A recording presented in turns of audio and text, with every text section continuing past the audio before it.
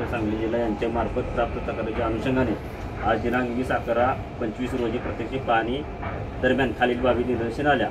ग्रामस्थांसोबत पाहणी दरम्यान हायवे मार्फत बग्याचे कण कारखान्याच्या आवाराबाहेर पसरून असल्याचे निदर्शन आले।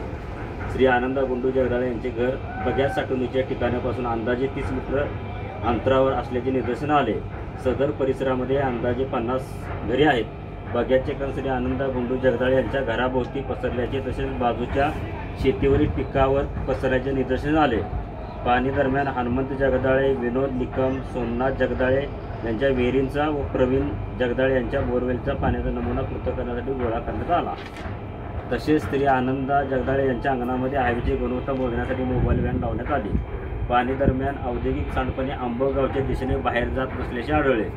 स्पेंटवॉश इन्सिनेशन बॉयलर चिमणीमधून पांढऱ्या रंगाचे ड्रॉपलेट्स परिसरामध्ये पडल्याचे निदर्शन आले। आता एकाखाली सगळ्यांचं सहाय्य करायचे, एवढे कुणाला करायचे ते